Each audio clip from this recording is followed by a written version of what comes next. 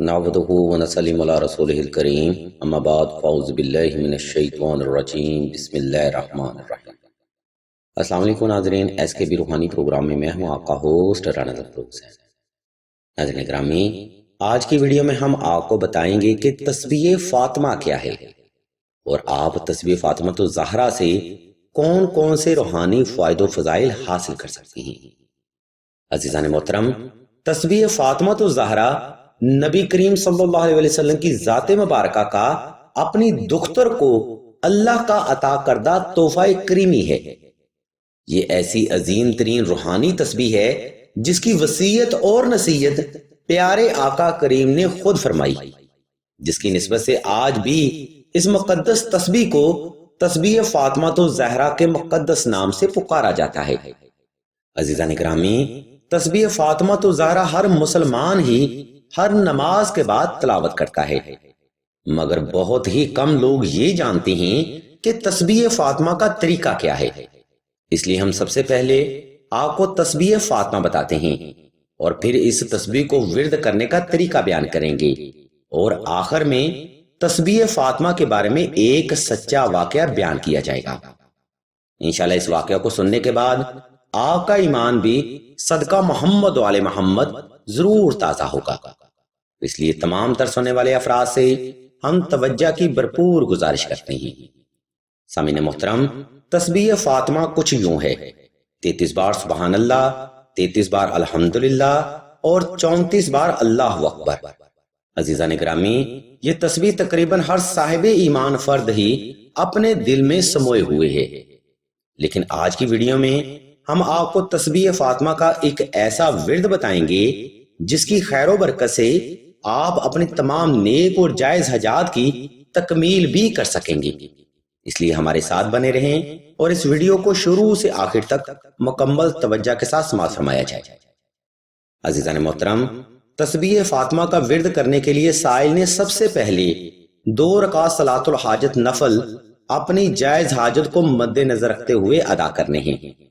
Number 2, बीबी फ़ातिमा की तस्बीह का विर्द करने के लिए आपने हस्बे इस्तिताअत सदका भी साहिबे ज़रूरत को लाजमी तकसीम करना है।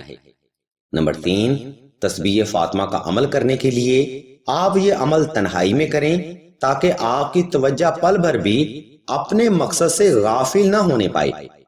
नंबर 4, बीबी फ़ातिमा की तस्बीह का अमल करने के लिए आपने साफ सुथरे कपड़े पहनने हैं, खुशबू लगानी है और बावजू भी रहना है।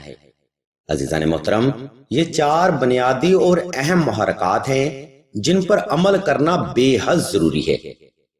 अब हम वीडियो के दूसरा हिस्सा की जाने बढ़ते हैं, जहां हम आपको तस्बीह फ़ातिमा तो ज़हरा का तरीका बयान करेंगे। इसलिए तमाम तर सुनने वाले अफराद से हम तवज्जो की भरपूर गुजारिश करते हैं। अजीज़ान ग्रामी, ऊपर बयान करदा तरतीब पर अमल करते हुए आपने किसी भी वक्त किसी भी मुकाम पर तन्हाई का खास इंतजाम करके जाए नमाज पर आलती पालती की हालत में बैठ जाना है। इसके बाद आपने हस्बे मोहब्बत दुरूद शरीफ की तिलावत कर लेनी है और इसम अल्लाह को तसव्वुर करते हुए आंखों को बंद कर लेना है। मैं दोबारा फिर से दोहरा देता हूं कि इसम अल्लाह को तसव्वुर करते हुए आंखें बंद कर लेनी है और फिर उसके बाद ही तस्बीह फ़ातिमा का विर्द शुरू करना है। अजीज़ान मोहतरम, इस अमल में आपने अपनी मुकम्मल कॉन्सेंट्रेशन और तवज्जो इसम अल्लाह पर रखनी है और दिल से तस्बीह फ़ातिमा का विर्द शुरू करना है। ये तस्बीह आपने कम से कम 1 बार या हस्बे मोहब्बत 5 बार कर सकते हैं। इस अमल को तमाम करने के बाद आपने अल्लाह की बारगाह में एक लंबा सजदा हाजत अदा करना है, जिसमें आपने अपनी जायज हाजत को अल्लाह के हुजूर बड़े अदब और आजिज़ी से रखना है। अहले इल्म बयान फरमाते हैं कि इस सजदा में आप अल्लाह के हुजूर जो भी दुआ रखेंगे या जो भी हाजत रखेंगे, वो हाजत या दुआ सदका मोहम्मद वाले मोहम्मद जरूर पूरी होगी। नाज़रीन इकराम, इस मकाम पर हम एक बात की वजाहत करते चलें कि सिलसिला खैर बशरिया ने दुआए खास का रूहानी प्रोग्राम भी शुरू किया है। दुआ का ये खास रूहानी प्रोग्राम उन बहनों के लिए है जो कि रिश्ता की बंदिश, औलाद की बंदिश, मोहब्बत की बंदिश या नसीब की बंदिश का शिकार हैं। अगर आप भी ऐसे मामलात का मसलसल सामना कर रही हैं تو بغیر دیر کیے کمنٹ سیکشن میں اپنا نام اور اپنا مسئلہ بیان کر دیں۔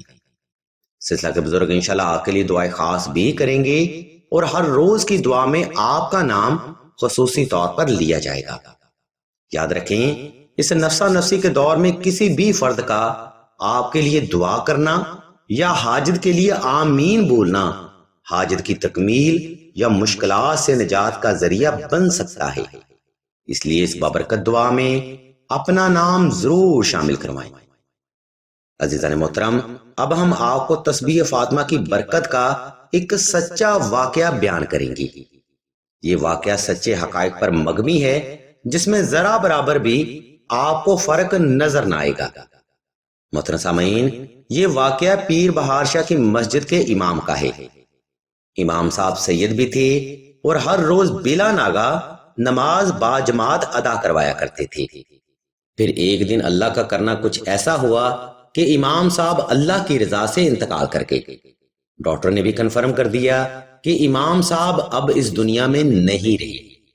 سامعین محترم، جب امام صاحب کا انتقال ہوا تب صبح کے 10 بجے کا ٹائم تھا، اور جب ان کو غسل دیا جانے لگا تب ظہر کی نماز تقریباً ہو چکی تھی۔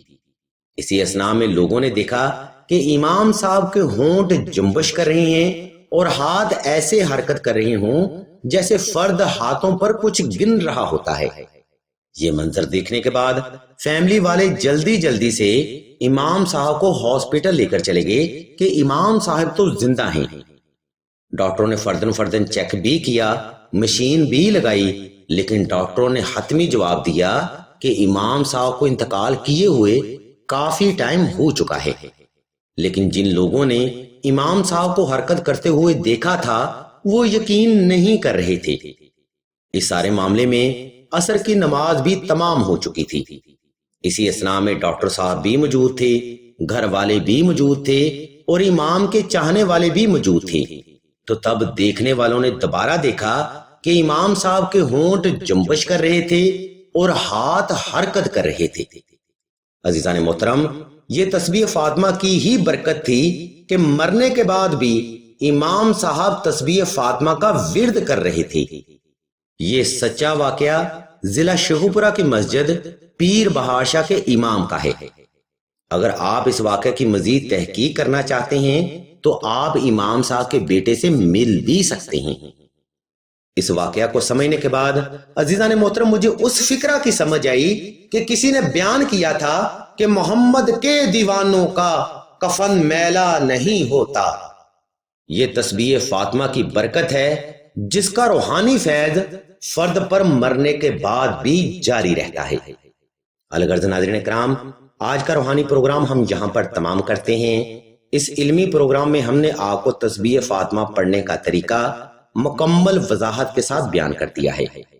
اگر آپ کو ہماری یہ علمی کاوش پسند آئے تو ہمارے اس چینل آن لائن استخارہ آن فون کو سبسکرائب کر کے گھنٹی کے آئیکن کو پریس کر دیں اور آل کے آپشن کو بھی لازمی دبا دیں تاکہ حصول علم کے لیے کوئی بھی روحانی پروگرام آپ سے مس نہ ہو سکے۔